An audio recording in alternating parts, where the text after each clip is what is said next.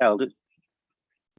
There you are. Apparently, I'm recording in progress. So there you are. I'm an expert at Zoom, obviously. Well, thank you everybody for joining us on this as part of one of the events for the reunion. For those who don't know me, I'm Arfon Hughes from Year 16.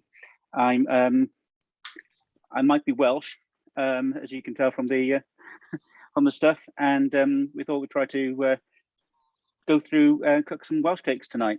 Well, it's tonight where I am. I don't know where everybody else is. Where's the furthest afield we've got here relative to Wales? I know we've got Finland. Africa? Very not so well. It's about 2 o'clock in the afternoon, yeah. Oh, right, okay. Where are you, Gabby? In Mexico City. Mexico City, all right. Yeah, so it's 1 o'clock in the afternoon here. The good thing is Welsh cakes can be eaten at any time of the day, so so it should cover everybody's bases. So hopefully if you've got your ingredients done, and you start off with your mixing bowl. Everybody got that? Who's cooking? Everybody who's cooking got the mixing bowl? And you need, in there, you need your flour and your half a teaspoon of baking powder. Whoop, we've got somebody else joining in. Let's get quite hot that pan now, isn't it? Yeah. So we've got our, I've put my flour in already. Arfon? Can you repeat that? Was the flour and what else? Flour and baking powder. Okay. Here we are. Yep. Right, what I'm going to do now, I'm going to switch to the, I've set this up. I've been quite nifty with my cameras, and I've set up. There you are. Right, so I've got my flour in the bowl. We're impressed. Just plain flour. Oh, crikey, it's taken me all afternoon to get this sorted. So half a teaspoon of flour goes in with your 225 grams of, half a teaspoon of baking powder goes in with your 225 grams of plain flour. I always add a little bit extra just because I like them to rise a little bit. So you've got that, and then the next thing you're adding in is your sugar, and you should have 75 grams of sugar, and that can go straight into. And the next thing that you're going to add in is your mixed spice. Now, mixed spice is something particularly that we have in UK. I don't know whether it's something that's popular in other countries as well. Oh, hi, Priya. But mixed spice, if you're not familiar with it, it's a mix of cinnamon, coriander seed, nutmeg, cloves, pimento, and ginger. You can use just nutmeg, just cinnamon, anything that's just got a little bit of spice to it. So a half teaspoon of that is going to go in as well. And again, I like to heap it a bit. Sorry, my assistant is telling me that's a lot. So it doesn't matter. We'll do it as it is. So we've got that combination in there now. So we've got our plain flour, baking powder, our mixed spice, and we've got our sugar in there. So that's our dry mix. And the next thing we're going to do is get our butter. And our butter is, we've got 125 grams of butter. I've got salted butter, but you can use unsalted butter if that's what's available to you. And Welsh cooking is always about using your hands. So you have to assume that your hands are clean. And Ellen, my daughter's asking me, did I wash my hands? And the answer is yes. Good. And then you have to get your hands in. So you have to get your hands in, and what you're doing is holding it in your hands like that and rubbing with your thumbs, and take a scoop of the mix and rub with your thumbs.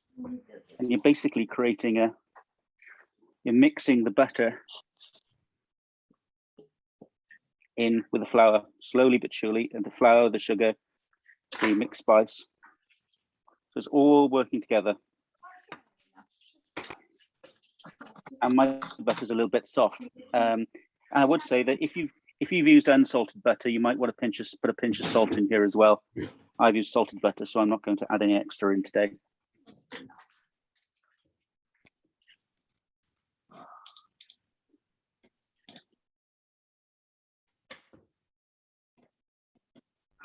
Ellie, do you know how to turn up the gallery view? The gallery view, do you know how that is? Oh, I have to do the same. Oh, that's the view, that's right. Gallery. Oh, there you are. I can see if anybody's actually cooking. Oh, I can see that Van der Heyden household looks like they're cooking. Lillian's not cooking. I know, I'm so sorry. Lillian's cheating. I know, Arfon, I am cheating. I thought it was at 2 p.m. I'm not ready right now. I just saw that it's happening. I was like, I'm not missing it. Sorry. I see. You can put That's But all right. I promise I'll send a picture because I intend to make them. It's going to be my breakfast for this week. Oh, right. Okay. Well, they're usually best warm, as Muge's Welsh husband will probably know. Is as soon as they're baked, they're usually eaten straight away. Okay. Nothing, particularly if you've got teenage children. Teenage children tend to be like gannets in our house. And my son's back from university now, so he's adding to the. He's a waste disposal machine, has come to join us. So you can see from this now that it's starting to turn into. It's what you do with a lot of short crust pastries, but the butter and the flour mix is suddenly is slowly joining together, and that's quite. 3. Here you are. So, depending on how fast you are, I'm doing it sort of automatically, but you're just rubbing it down, and you can see it's starting to turn into breadcrumbs or sawdust, depending on your point of view. And it's the good thing about Welsh cakes is they're not particularly fussy. They're not. You don't have to. It's not haute cuisine particularly. It's just simply the origins of Welsh cakes are the mining communities of South Wales, very poor communities. And when the mining folk, the men used to come back from the mine in the afternoons, the women were in charge of the house, and they used to get the basic ingredients, and they are very basic ingredients here. They used to put them together and just bake on a bake stone on a slab of metal over the fire, and just have some sweet treats for the miners, for their husbands when they came home. So it's some 19th century kind of recipe, really. And they're still very popular in Wales, even though the mining has disappeared. Welsh cakes are fairly much a staple, and my mother makes them very regularly, which I'm very pleased. So I don't make them as often because she makes them for me. So you can see we're getting to breadcrumbs now, and that's quite a nice sort of consistency. How's everybody else getting along? How are you doing, Muge? I'm doing pretty good here. See? How's your breadcrumbs looking? Tidy, Yeah, excellent. They're coming together, I think. I have the time. I make these once a year for St. David's. Oh, that's looking good as well, guys. Yes, but Really says. sometimes they work. And your hands get absolutely filthy here. But it's all goodness, and all needs to go back in the bowl unless you didn't wash your hands beforehand, in which case that doesn't need to go into the bowl. Yeah, you've got nice mucky hands. So there you are. So we've got that mix is done for me now. You can see all very sort of powdery. Set this on Finsta. So how we see how everybody else is getting on to the point of breadcrumbs. Are you thinking there, Muge? Yeah, I think I'm good. Paul thinks it's good. a bit lumpy, but you know. Oh, just keep on working on it working on it for a minute. It'll be fine. There we go. Oh, yes. Oh, is that Mina sneaking in the corner there? Hello. Got a wave out of Mina. Yeah, she came to check what I'm making for her later in the week. Yeah. Oh, And right. I Okay. Oh, excellent. Recognize your voice, Arfon. Well, what I do at this stage before we finish the cooking is that when we're going on to the hob, I use a bake stone, which I'll show you in a minute. It's a big metal slab of iron, but you can use a frying pan as well. What I do is put that on now on a low heat just to get the heat started on it, because you do want a reasonably hot frying pan or bake stone to cook onto. Get it on load. Yeah. Okay. Thank you. So mine's on, sitting on the side there. Luckily, I've got a camping stove that I brought with me, so hopefully that will work and not set fire to my tent. So our next stage then is our raisins or sultanas. They are fantastic, and you just drop them straight in. I put them And on. you can just mix those up again.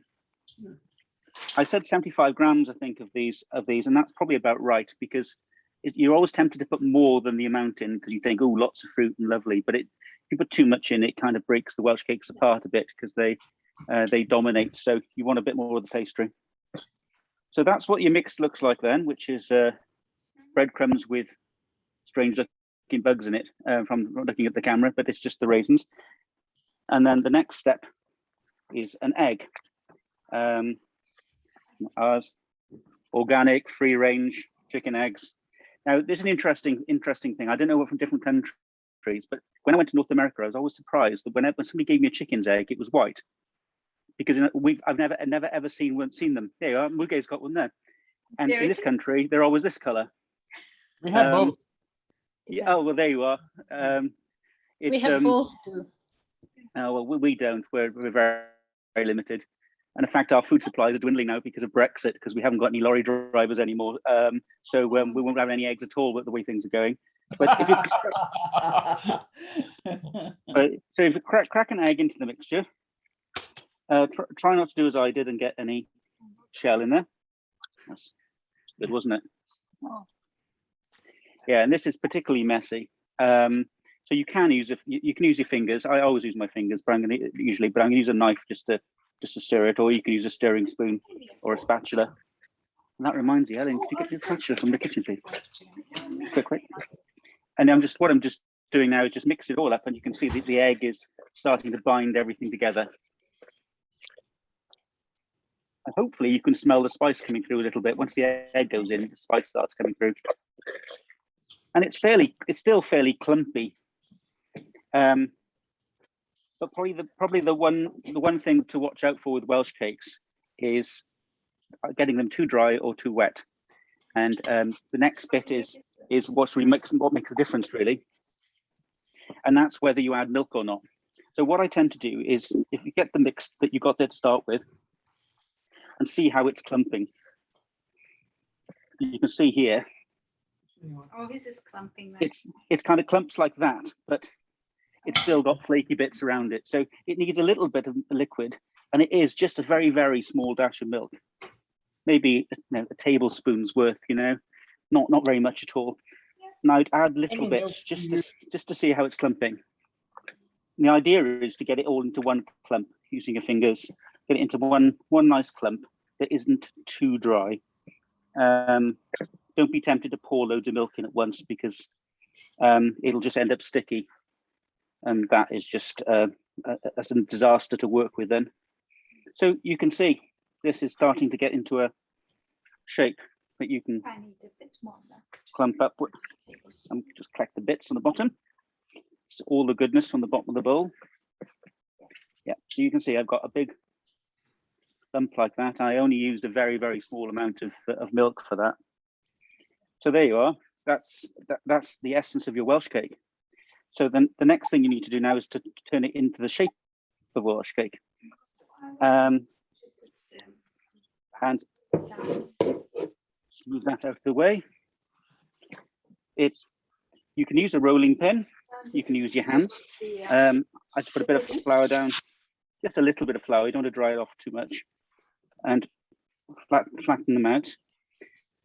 The idea is to, and I forgot my rolling pin, which is my glamorous assistant has just gone to get me one. This is a pastry one. Too bad. Too bad. Okay, there you are. And you're going to roll it to about 1 centimeter thickness. And you can see, even though I haven't got flour on the top, it's almost not sticking because it's dry enough that it's not going to stick. It's not going to stick. If it is sticking, just put a little bit of flour on the top, and that will stop it sticking. So you're getting to about 1 centimeter thickness, no thicker than that really. And you'll be doing several passes at this, so you don't need to be too fussy about it. So there you are. I've got my rather strange looking pancake there now. What I'm going to do is get next thing is my pastry cutter. And if you haven't got a pastry cutter like this, you can always use a mug turned upside down or a teacup, because they're usually about the same sort of size. It's about between 6 and 8 centimeters usually. Although some people do like the little ones, so you can have baby Welsh cakes. And so you can do both. And you're very simply cutting into your pastry and creating little patties like this. So just cut out a few of those. You probably, for your first round, you'll probably need half a dozen of them, 6 of them. How big was that? About a centimeter or a little bit less? I'd say about a centimeter. That's, how do I measure it? What can I measure it against? Nothing. Here's my finger. Measure it against my finger. There you are. Okay. It's 1, 2, 3, 4, 5, 1/6 of a thumb length. There you are. All right. Great. So what I'm going to do, I think I can get about 6 on my pan. So I'm going to cut 6 out like this now. And this is always the fun bit for me, because you think you're just out of pastry, and then you clump it all up together again, re-roll it, and you end up with just almost the same amount of pastry as you started with. It's magic. But what I'm going to do for the minute is just put that to one side, because I've now got my 6 patties that I just cut out. And the next step is I'm going to get my stove. Now, some people would move to their stove. For me, my stove is moving to me, because I've got a wonderful little camping stove, and this is a bake stone, and you can probably see it's baking hot. It's steaming. I've had it running for a little bit, and I'm going to turn it right down now, because this takes a long time to heat up. But once it's hot, then keeps its heat, and the thicker the frying pan you've got, the easier it is to cook Welsh cakes. But I usually turn the heat right down before I start cooking them. So the next step is going to be putting a little bit of butter on there.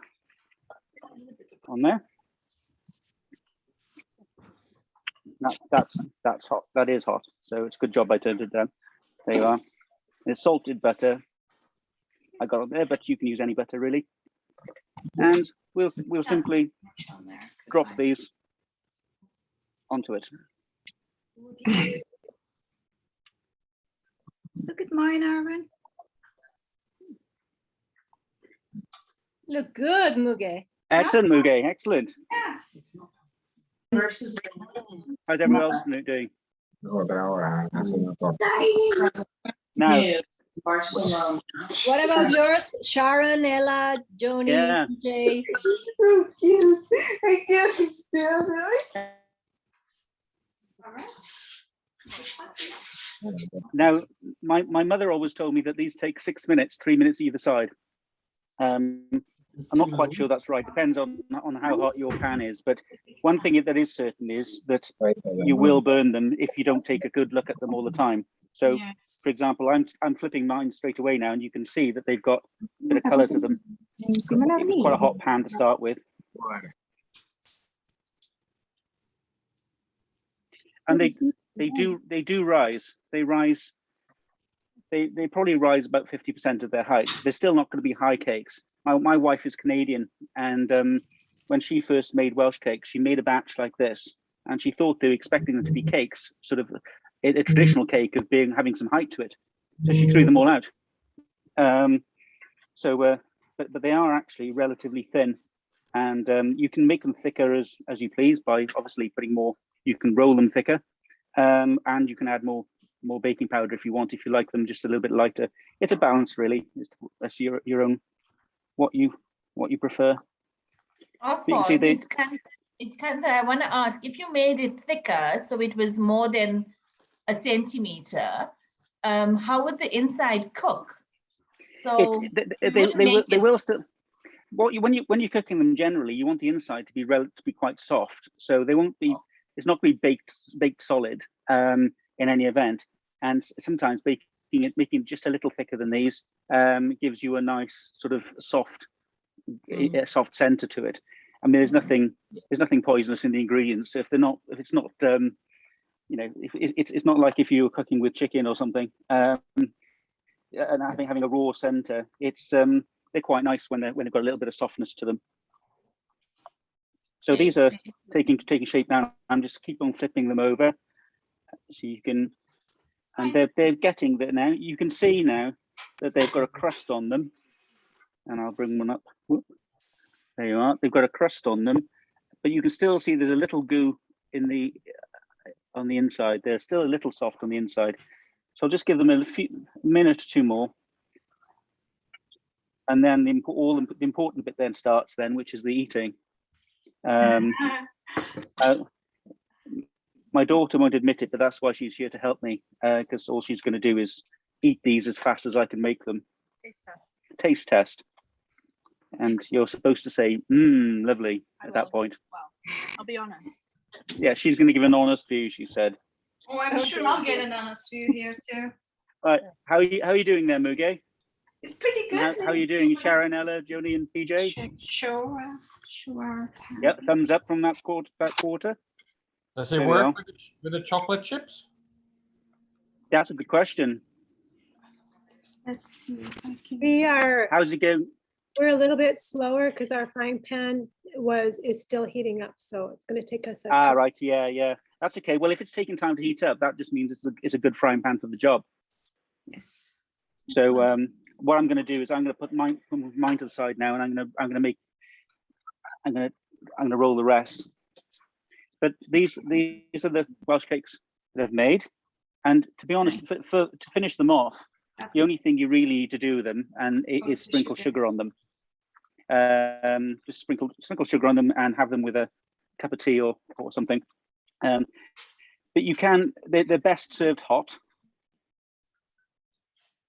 Why would I like tea? My daughter's asking. So no, probably have a glass of wine if I'm honest. But so that's how they would normally appear. Ellen, can I just change the view here and do a screenshot for me? Yeah, can you do a screen grab? There we are. Do it again. Yeah. Hello. Here. It looks great. Just so we know when to flip them, because our frying pan's a little bit different. Do they like sweat on the top a little bit, or? No, you're looking for them to be for the color, and once you get the color on one side, flip them over to the other. You ultimately want this sort of color to them. Yeah. You might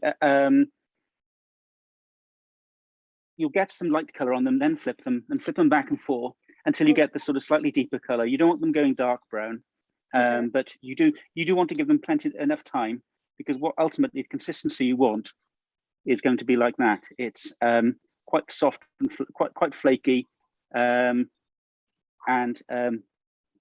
not gooey in the middle. So one thing, particularly when you're cooking with children, if you're not sure, there's nothing poisonous in them. Just give them one to taste, and they'll tell you if it's cooked or not. That one's okay. That'll pass the taste test for me. But you can see we've still got a roll left. What I'll do is I might make some slightly thicker ones with this one, and maybe some small ones too. And you can just. That looks good. Okay, that one's looking like it's almost done. So those look nice. That's slightly thicker. Straight on the hot hob that's next to me. What do you think, Paul? Good. This one looks done. We're cooking it I'll different. try some baby ones now, because you can use up all the pastry. Then, if you use the baby cutter, you can always the stuff that's left that looks like it might otherwise have to go into the bin. You can cook with, and the mini ones are really nice to go with it. If you're serving a cup of tea or a coffee or something to somebody, then just one of these on the saucer is quite nice. You get that in a lot of Welsh restaurants and cafes that will serve you a little mini Welsh cake with your cup of tea.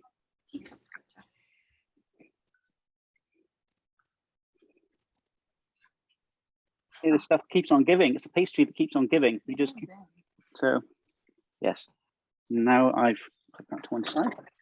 My glamorous assistant has reminded me that if I don't turn them, they'll burn. So move that one into shot. Oh, we caught it just in time. The baby ones will cook in no time. We would like to meet your co-chef there, Arfon. Oh, Ellen, you need to come in shot. Right. Why? Why? Because everybody knows can see me talking to you, but they can't see you. Let's switch the camera to this one. There you are. It's back to me. And yeah, this is my daughter Ellen. She's 15. And she is only hanging around for the for the eating. Where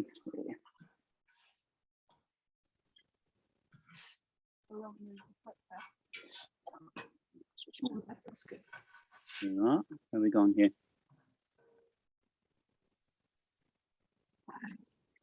Get to the right video. Full screen webcam. Not working. Can you use just Great any job, berries? Ella, Jody, Ella, Jody, and PJ are showing us their work. Oh, excellent! Good job. Good job, guys. Now you have to tell us how Good how job. it tastes. Yeah. Sorry, there was a question came in there about what fruits you can use. You can use any dried fruits. I've seen people cook with dried lemons, dried apricots, anything to replace the raisins. And there is a vegan recipe. Yes, that's what you look out for, is burning them. They're still edible. You give them to the children. Is that too thick? No, the first batch is thick, is that? Yes. Yeah. And do I do powdered sugar, or do you want a bit of Powdered sugar, yeah. No. Okay. Yes, they are easy. They're easy to burn. I always get one. What tends to happen is the pan just gets super hot, and then you turn it down, and then it cools down too much. So you give it a boost, and then it gets caught out. So need some sugar on those, Ellen. You sugar those for me? How's Mugays looking there? Good. Well, it's almost ready to present. What do you think? I did a practice run in the week, and we store things in the house, most of the things in these jars, these Kilner jars. And I was in a rush, and I jumped into the cupboard and pulled out the sugar and made the recipe. And after taking one huge bite, figured it wasn't sugar, actually, it was salt. So the entire first batch was made with salt instead of sugar. So I was rather grateful that I'd done a practice run, because if I'd done that in front of you and had to show you just how tasty these things were, you might have seen through the faces I was making. So we have, and I'm going to hide the, I put them on the plate, but I'm going to hide the burnt one. Ellen's been very generous with the sugar.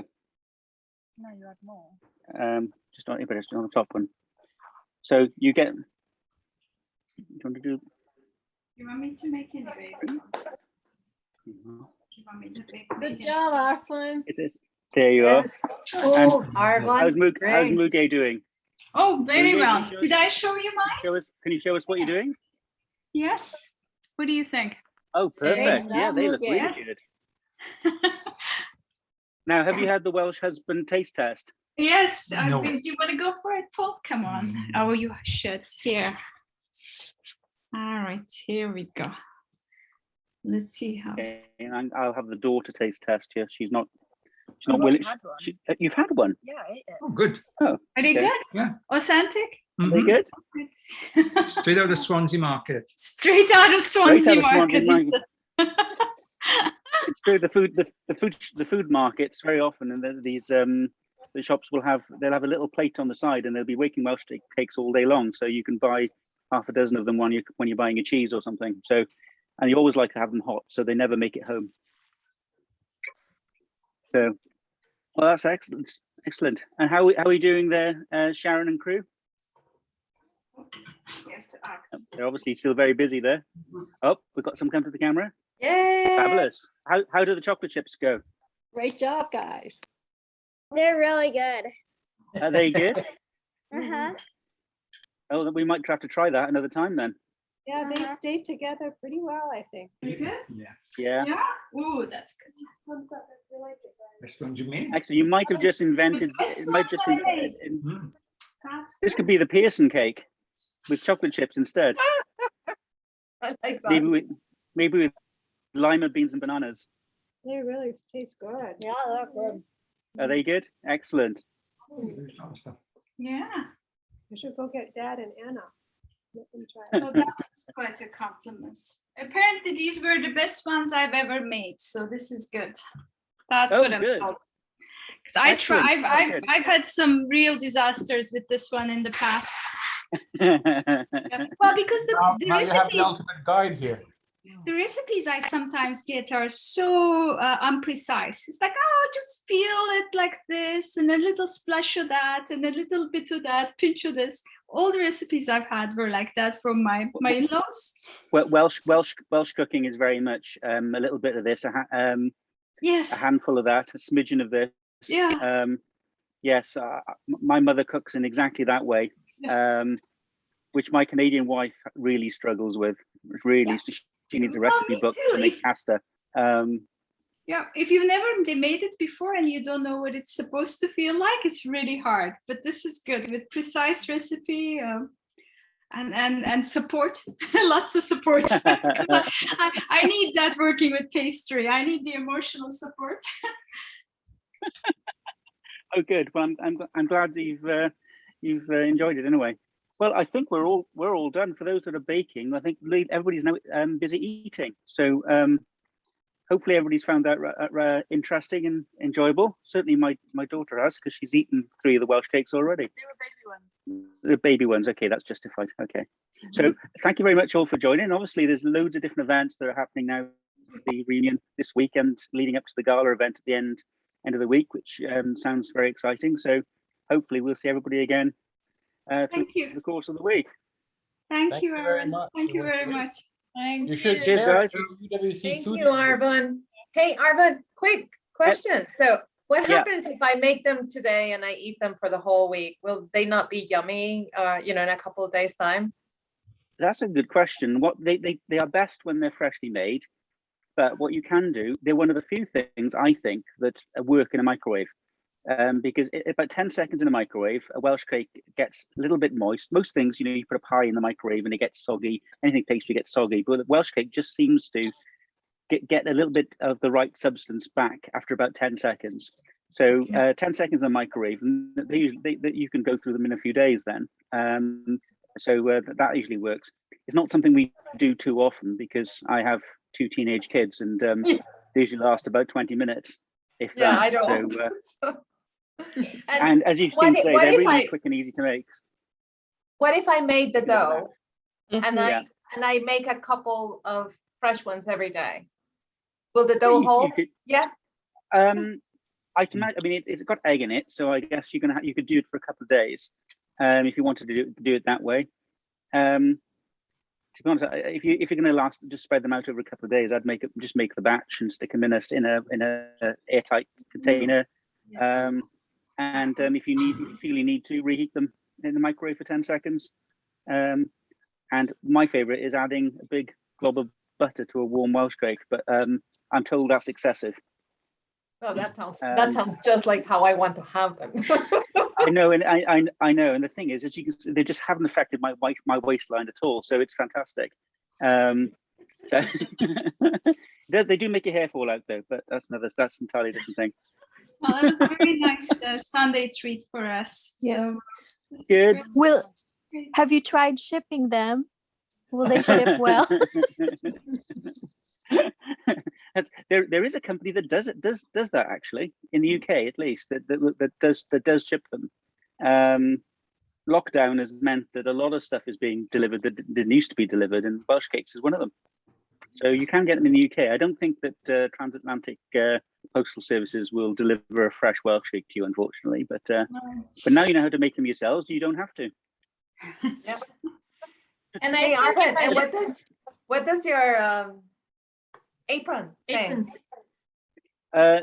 It's keep calm. I'm Welsh. I'll be there now in a minute. It's a Welsh phrase. I'll be there now in a minute is a Welsh phrase. There's a couple of Welsh phrases which happen because Welsh and English are used interchangeably in certain parts of the country, which becomes Wenglish, and so English gets a little bit bastardized, and the phrases come out that don't make much sense. And one of them is "I'll be there now in a minute."